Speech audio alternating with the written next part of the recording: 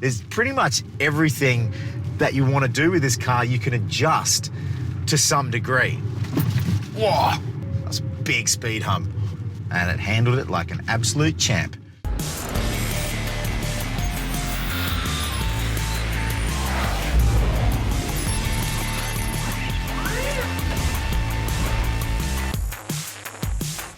Welcome to Translogic. I'm Jonathon Buckley. I don't think there's any argument right now that Tesla is king of the EV. They've proven with the Model S that real-world range, exceptional performance, and some pretty sweet tech are all achievable.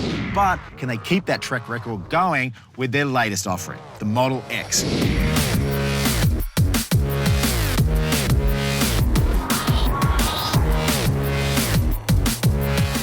And off we go. Wow.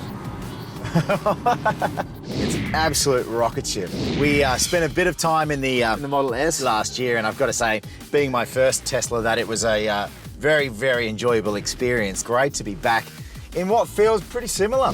This is the Tesla Model X. This is the P90D version. Of course, P meaning performance, 90 meaning the kilowatt hours of battery, and D meaning dual motors. So it's essentially got the same powertrain as the Tesla Model S.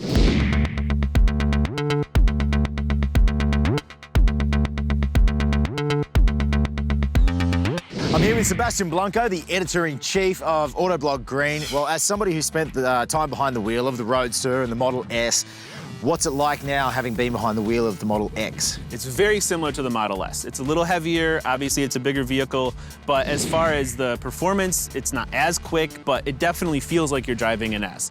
And so yeah, we were expecting this vehicle a few years ago, then it got pushed back and got pushed back again. One of the reasons we heard was that the falcon wing doors, which are very cool, were also very hard to engineer. And experiencing the car today, it's still not 100%. A couple other things that are different as well. The windscreen, for example, biggest piece of glass ever on a production vehicle. Do you think that it works? Do you think it looks good? The tint that we have on this vehicle is an aftermarket thing. Right. I can't imagine driving this car without that tint because as nice as a sunroof is or a moonroof is, I want to be able to close it if the sun's too bright or something like that. Right. So for me, it seems a bit excessive. So numbers-wise, 762 horsepower, 0 to 60 in 3.2 seconds. That's with ludicrous mode. It's got all the stuff that we loved about the Model S. It's got this huge, great big touch screen with all of these features that once you set them up, kind of run themselves. The car weighs close to 5,500 something pounds. Really, really heavy car, but driving it so far, it doesn't really feel like that. I think it's because the Tesla keeps all of its weight down low. You've got the battery pack, the motors, everything else way down low with the all-wheel drive. So it actually feels kind of nimble and it doesn't feel at all like a 2.5 ton vehicle. The car that we have today, price-wise, it's up near the $145,000 mark, which is a lot of money by everybody's standards. For a certain number of people, this is the car that they will want as opposed to the S.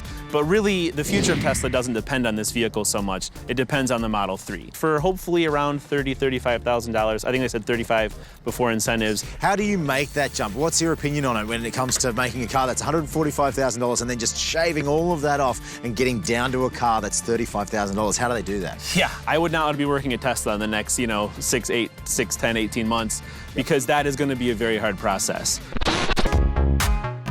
Well, the Model X P90D version's coming in at a pretty hefty $145,000 around about. That's an awful lot of money for an SUV. It's not without its quirks, a few little things, but it seems like they're ironing them out. These over-the-air updates keep coming through. They had 10, I think, in the last month.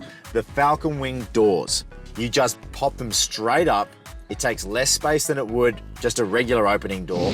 With some of the features that they've added, the falcon doors being one of them, do you think that that was worth the extra engineering that it took and the extra work and potentially the extra cost that we've added to the car? You can also almost look at that feature of the car as sort of a microcosm of Tesla in itself. Like Tesla and SpaceX and other things that Elon Musk is involved in, they're driven by his desire for things. And he wanted those doors for his kids and for people like him who have kids and want to be able to easily get the car seats and the kids themselves in and out of the back. You almost wouldn't have maybe the Model X at all without those doors. Right. So I don't know, how we can separate them from the car itself. It's just such an involved process where if Elon wants it, then he makes his company do it no matter what the cost.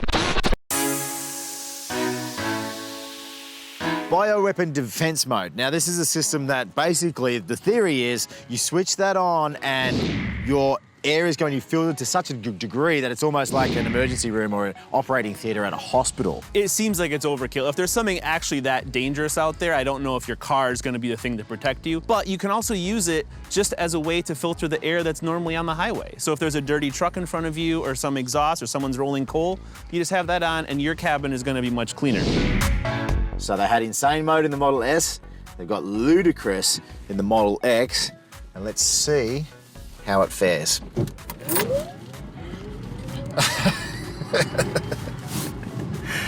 It just never gets old. I mean, you could just do that all day long. I just want to go around, pick up all my friends and be like, hey, check this out. It shares a lot of features, some of the autonomous driving functions that we would see in the Model S as well, don't we? Yeah, there's this thing called autopilot that Tesla's built in. It is in beta, so they don't let you take it and say just the car will drive itself, but it will follow the lines around a curve and it will know when there's a car in front of it. There's a race for this sort of technology across the industry, but Tesla has the most advanced feature set in cars that are available right now, and with over-the-air updates, they can update it and make it better tomorrow.